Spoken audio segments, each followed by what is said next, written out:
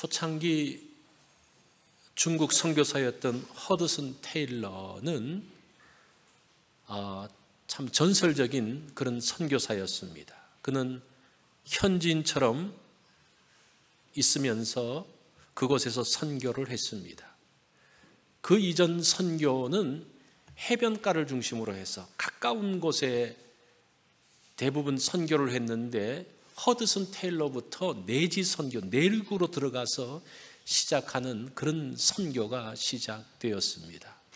그래서 만든 선교단체가 CIM, 그러니까 차이나 인랜드 미션이라는 것을 세웠죠. 자, 이러한 위대한 선교사도 고민과 갈등이 있었을까? 고민이 있었다면 어떤 고민일까? 그 고민의 내용이 여동생과 했던 편지에 남아 있습니다. 이렇게 말합니다. 나는 선교사지만 여전히 육신과 죄의 구덩이에서 헤어나지 못하고 있다. 다른 선교사들을 또 현지 관리 등으로 인해서 짜증내고 그들과 다투고 판단하고 정죄하는 자신이 가장 큰 고민이었다. 그래서 나는 늘 새로워져야 한다는 고민을 하고 있다. 자, 허드슨 테일러의 선교 사역에서 가장 큰 갈등과 고민이 뭡니까? 선교 사역이 아니었다는 거예요. 뭡니까? 자기 내면의 문제였다는 거예요. 그 위대한 선교사도. 바울의 고민도 이거였습니다. 그는 이방인의 사도로 복음을 전하고 있습니다. 그러면서도 내가 과연 사도로서의 자격이 있을까? 내가 지금 복음을 전하고 있지만 내가 이렇게 복음을 전하는 것이 맞을까? 왜 그래요? 자기의 과거 때문에 그랬어요. 자기의 과거는 어떻습니까? 예수 그리스도를 반대하는 사람이었습니다. 그 믿는 사람을 핍박하고 잡아 죽이던 그런 사람이었습니다. 이런 사람이 과연 복음을 전하는 게 맞는가? 그 고민, 갈등 뿐만 아니라 로마서 7장에 보면 뭐라고 말합니까? 내 속에서 두 개의 다른 생각이 있다고 그래요. 선한 것과 악한 것이 내 마음 가운데서 큰 싸움을 벌이면서 오라 나는 곤고한 자로다. 그게 뭡니까? 자기 마음의 갈등의 문제죠. 이런 것들이 신앙인의 고민입니다.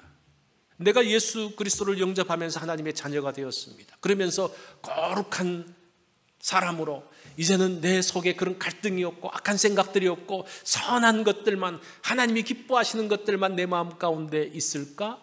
여러분 어떻습니까? 그럼에도 불구하고 하나님의 자녀가 되어지고 하나님의 백성이 되었음에도 불구하고 내 마음 가운데 내면에 일어나는 큰 문제, 그게 사실은 큰 문제죠. 이것은 사도 바울, 허드슨 테일러 같은 위대한 믿음의 사람뿐만 아니라 우리 일반 사람들 역시 동일한 고민 가운데 있습니다. 그로 인한 갈등과 혼돈과 공허. 예수 믿어서 하나님의 자녀가 되어서 새로운 피조물이 되었다고 하는데 자세히 나를 돌아보면요, 자신이 없습니다. 새 사람이 된 것 같기도 하고 아닌 것 같기도 하고. 우리가 그리스도 안에서 새롭게 된 것은 어떤 것일까? 우리가 지난주에는 창조에 대한 이야기를 했지 않습니까?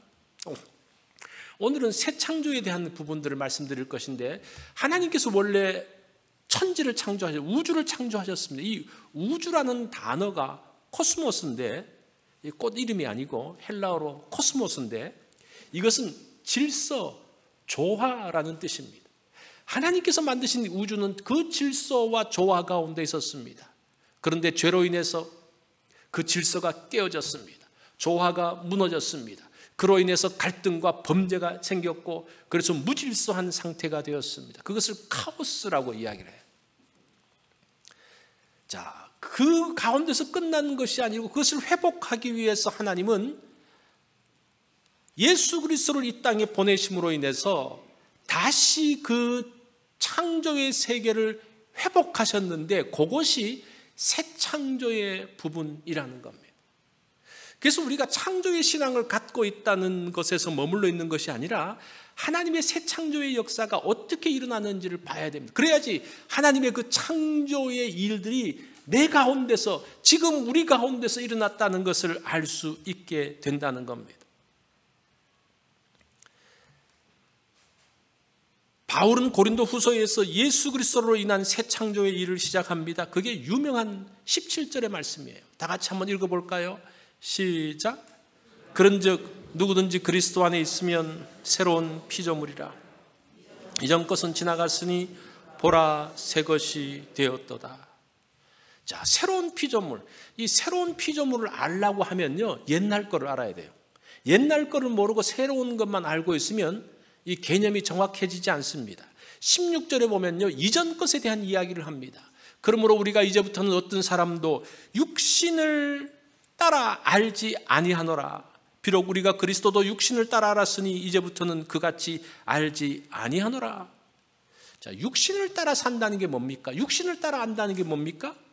이 말은 세상의 기준을 가지고 살았다라는 그런 말이에요. 이제부터는 새로운 사람이 된 사람은 육신을 따라서 세상적인 기준으로 살지 않겠다는 겁니다. 그리스도도 육신을 따라 알았다고 그래요. 예수 그리스도에 대한 것도 세상적인 기준으로, 세상의 방식으로 예수님을 이해하면서 살았다. 그렇게 되어서는 우리가 신앙의 자리 가운데 들어갈 수가 없죠. 그 하나님의 의도하심을 알지 못하죠. 이 새로운 피조물이 되는 것은 어떤 것일까? 여기서 피조물은 사람에 국한해서 생각하면 좋을 것 같아요. 여러 가지가 있지만 사실은 사람이 변화되기가 가장 어렵잖아요. 여기 한번 초점을 맞춰보죠.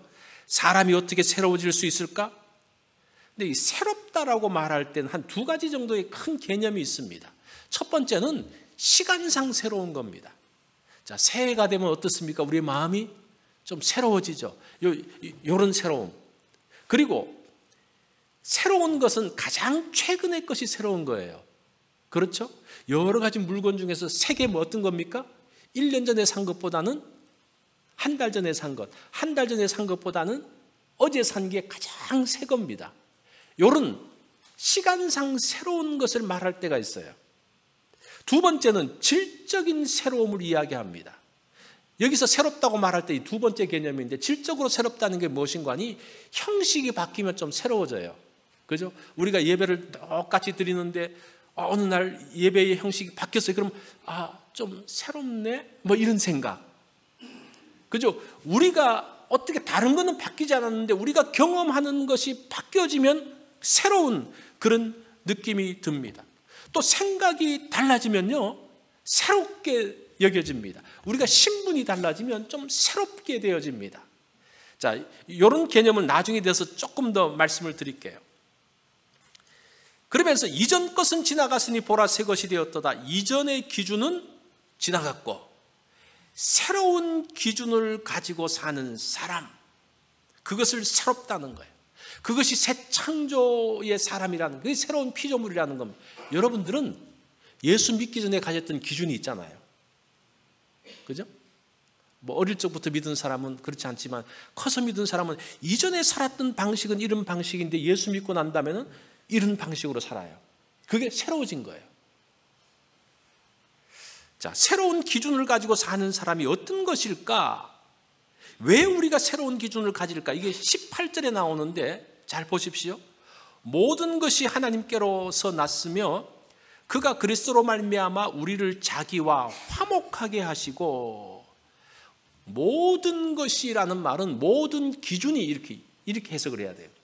우리가 육신도 세상의 기준을 그렇게 말했죠. 여기서 나오는 문맥은 기준으로 생각하면 좋습니다. 모든 기준을 하나님께서 만드셨습니다. 창조의 때에 하나님께서 그 기준을 만드셨어요. 자, 그게 하나님께로서 난 것이 기준이고 범죄로 인해서 깨어진 것이 회복되어지는 것이 새로운 기준입니다. 그러면서 하나님이 주신 기준을 잘 보세요. 그리스도로 말미암아 우리가 하나님과 화목하게 된 것이다. 이 화목이라는 단어를 여러분 기억을 하십시오. 화목이 그냥 우리 그냥 잘해보자 그런 뜻이 아니에요. 그 헬라어 단어에는 화목이라는 단어가 교환하다, 특별히 환전하다라는 뜻이 있습니다. 우리가 돈을 바꾸자, 유대인들이 로마로 가려고 그러면 그 사람들은 주로 이제 데나리온을 썼어요. 성경은 데나리온이라는 말이 많이 나오잖아요. 그 로마에 가서 돈을 쓰려고 그러면 어떻게 해야 되는 거 아니에요? 환전을 해야 되는데 한 데나리온을 주면 한 드라크마를 줍니다. 이게 이제 환전이에요. 둘 다 불평이 없죠. 예를 들어서 한 세계를 주면요 4드라크마를 줍니다. 이건 이제 4대 1 정도가 되니까 가치가 좀 달라요. 우리가 한국에 가면 달러를 쓸 수가 없으니까 달러를 어떻게 합니까? 환전하죠. 환전하면 그 환전 기준을 가지고 돈으로 바꾸면 둘 다 불만이 없어요. 이게 이제 화목하다는 말이 환전해서 둘 다 만족한 뭐 그런 뜻입니다. 잘 보세요. 예수 그리스도를 주고 하나님은 우리와 화목하기 위해서 하나님이 주신 것이 예수 그리스도예요. 예수 그리스도를 주고 죄인인 우리를 받습니다. 이게 구원이에요. 하나님과 화목하는 겁니다. 그런데 이렇게 교환하면 우리는 좋은데 하나님은 만족하실까요? 만족하세요. 그 말이에요. 하나님이 만족해요. 왜? 이것이 화목이기 때문에. 그 화목의 설명을 19절에서 또 설명을 합니다. 여기 조금 부족하기 때문에 보십시오. 곧 하나님께서 그리스도 안에 계시사 세상과 자기와 화목하게 하시며 그들의 죄를 그들에게 돌리지 아니하시고 예수님과 세상을 환전합니다. 예수 그리스도의 의와 인간의 죄를 교환하십니다. 그러면서 그들의 죄를 더 이상 그들에게 물리지 않고 그 죄값을 다 예수 그리스도에게 물리십니다. 그리고 십자가에 지게 하셔요. 그러면서 대속되어지는 그것을 그리스도가 다 감당하십니다. 그 교환, 그 거래를 하나님이 만족하신다 그래요. 이게 화목이라는 말이에요. 이게 구원이죠. 그래서 우리 성경을 보면요, 구원이라는 단어가 여러 단어로 하나님의 자녀라는 것이 구원이라는 의미고, 화목이라는 말이 구원이라는 말이고, 하나님의 의라는 말이 구원이라는 말이에요. 이게 구원이라는 단어를 다양한 단어를 통해서 사람들에게 이해할 수 있도록 다양한 단어를 쓰는데, 화목이라는 개념이 바로 그런 환전의 개념이 있습니다. 이 거래를 하나님은 만족하시는데 세상의 기준으로는 만족이 안 돼요. 이해가 안 돼요. 이것이 하나님이 정하신 것이에요. 그래서 육신으로 그리스도를 보면요, 이해가 될 수가 없는 거예요. 이렇게 그리스도와 죄인을 교환하는 것을 하나님이 만족하시는데 그게 뭐냐? 하나님의 의라는 거예요. 하나님의 의라는 단어가 21절에 또 나와요. 21절을 한번 또 설명을 해봅니다. 먼저 제가 이 설명이 좀 필요해요. 21절을 보십시오. 하나님이 죄를 알지도 못하신 이를 우리를 대신하여 죄로 삼으신 것은 우리로 하여금 그 안에서 하나님의 의가 되게 하려 하심이라. 하나님이 죄를 알지도 못하시는 예수 그리스도를 우리를 대신하여 죄를 삼으셨습니다. 죄는 예수님께 가고 예수님의 의는 우리에게 왔습니다. 이게 교환되어졌어요. 이게 하나님의 화목입니다. 그걸 하나님의 의라고 이야기해요. 하나님의 의가 뭡니까? 하나님의 기준이에요. 이게 복음이에요. 이거는 세상적으로는 이해가 안 되죠. 세상적으로는 이해가 될 수가 없습니다. 이거를 조금 이해하려고 그러면요, 가정에서 보면 조금 이해가 되어져요. 그죠? 자녀들, 그 말씀 꾸러기 자녀들을 향해서도 끊임없이 사랑하고 끊임없이 바꾸어주는, 그걸로 조금 이해가 되는데, 하여튼 그걸로도 충분히 하지 않죠. 하나님은 그런 하나님의 기준, 하나님의 의를 가지고 계신다는 겁니다. 하나님이 손해보시는 것 같은데 히브리서 2장 10절을 보면요, 그 환전의 결과가 나와요. 이 결과를 보면 이해할 수가 있어요. 그러므로 만물이 그를 위하고 또한 그로 말미암은 이건 창조주 하나님을 말합니다. 창조주 하나님이 많은 아들들을 이끌어 영광에 들어가게 하시는 일에 그들의 구원의 창시자인 예수 그리스도를 이야기해요. 예수 그리스도의 고난을 통하여 온전하게 하심이 합당하도다. 이 화목, 이 환전을 통해서 처음에는 이게 맞지 않는 것 같은데 이 환전을 통해서 뭐라고 말합니까? 많은 아들들이, 많은 사람들이 하나님의 구원의 자리에 들어가고 하나님의 영광에 들어가게 하신다. 그렇게 이야기해요.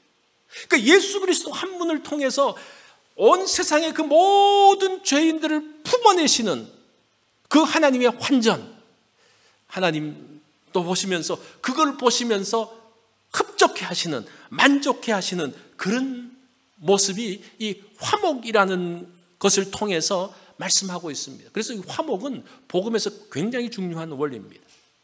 자, 우리가 이런 전제 지식을 가지고 새로운 피조물이 도대체 무엇인가를 한번 살펴보겠습니다. 새 창조는 어떤 것인지를 구체적으로 한번 알아보겠습니다.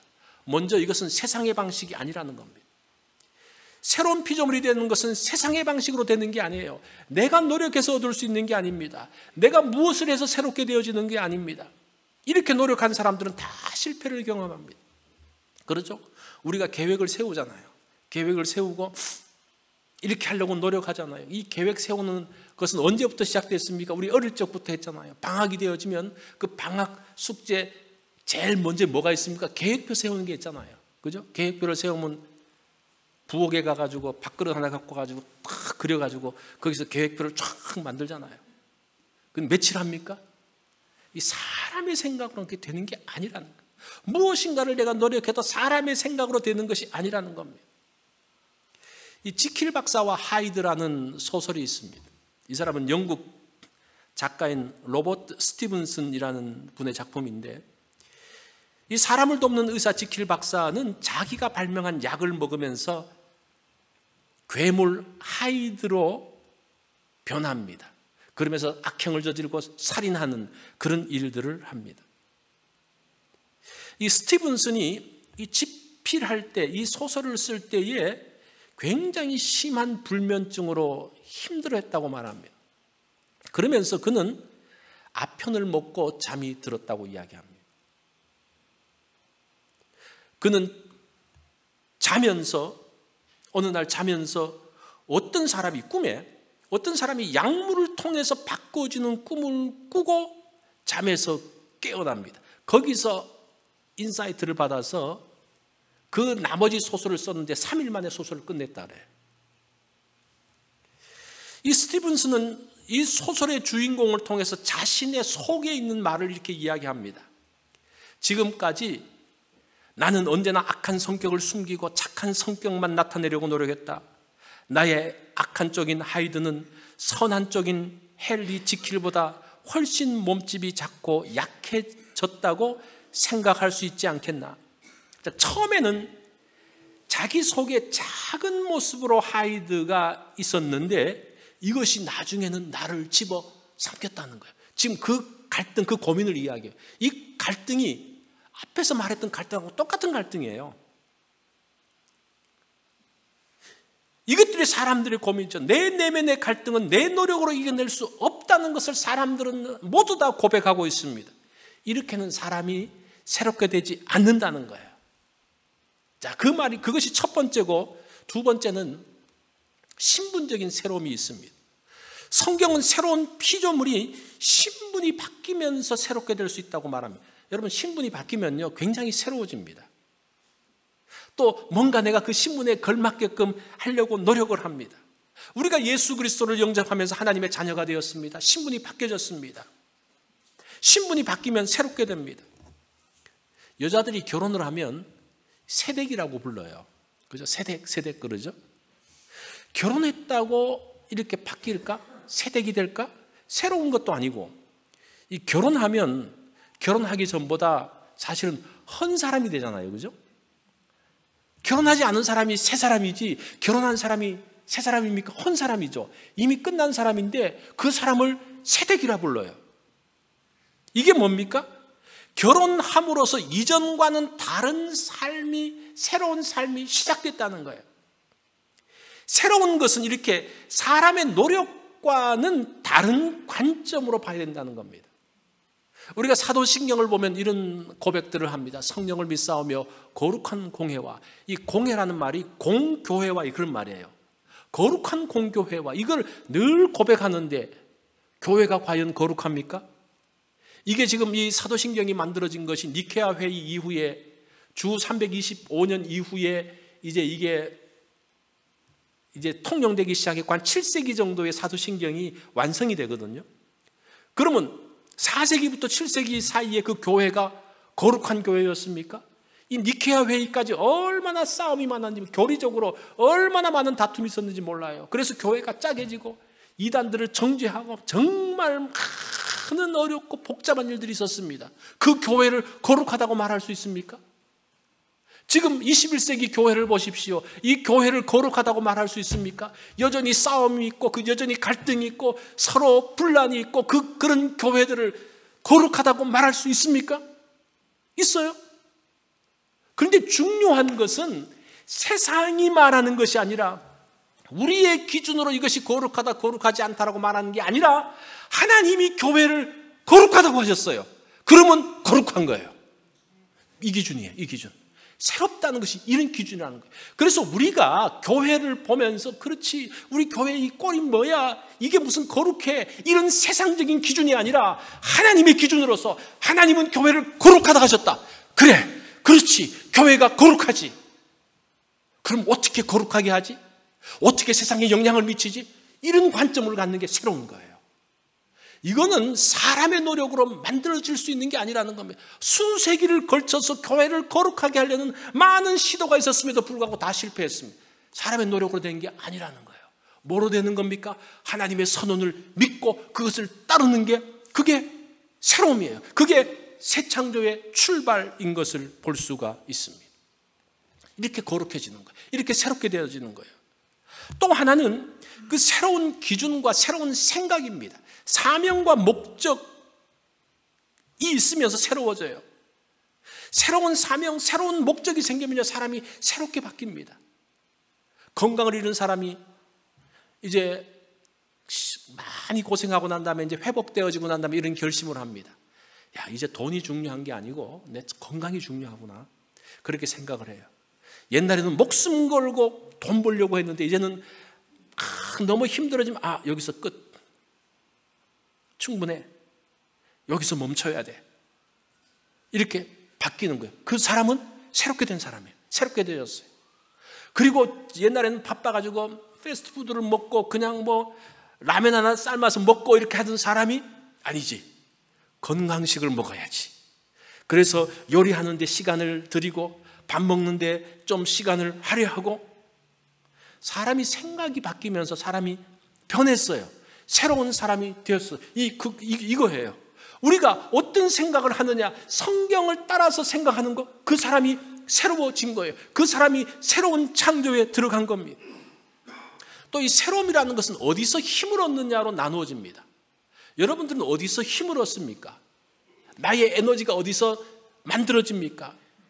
한 사람을 살아가게 하는 힘이 있습니다. 복수심입니다. 우리 영화에서 많이 보잖아요, 그죠? 부모님이 죽는 걸 보면서 내가 복수해야지.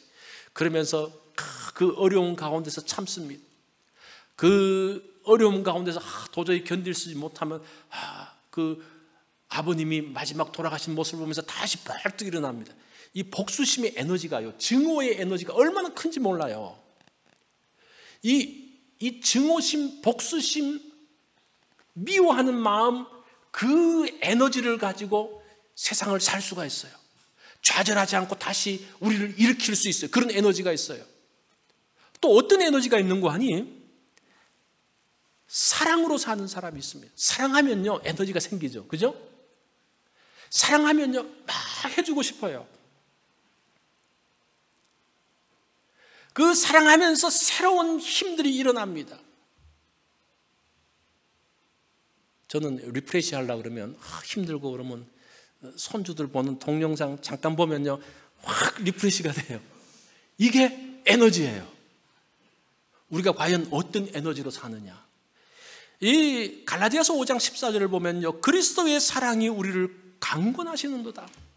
지금 예수 그리스도의 사랑이 우리를 서포트하는데 그것을 가지고 사는 것, 그럴 때 새로워진다는 거예요. 세상의 방식은 뭐예요? 내 속에 있는 그 에너지, 내가 가지고 있는 증오심, 내가 갖고 있는 무엇인가를 가지고 에너지를 만들어가는, 아니면 나의 이익을 향해서 나가는 그 에너지를 가지고 사는 세상 방식이 아니라 그리스도의 사랑을 가지고 사는. 그래서 우리가 새롭게 되었다고 말할 때에 내가 어떤 신분이 되어졌고 어떤 생각을 하고 어디서부터 힘을 얻느냐를 보면서 우리가 어떤 가운데 있는지를 알 수가 있습니다.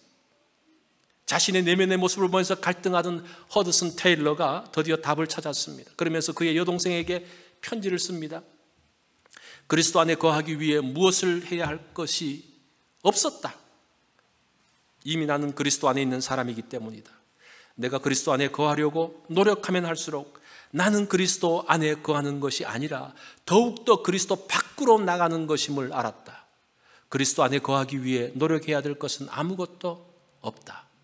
그리고 그렇다고 아무것도 안 한다는 말이 아니라 내 노력으로 새롭게 되지 않는다는 것을 말하고 있는 거예요. 그러면서 모든 것들을 다 주님께 맡겼을 때 거기서부터 새로움이 만들어진다는 겁니다. 우리가 예수님을 구주로 영접하면서 우리는 그리스도 안에 있게 되졌습니다.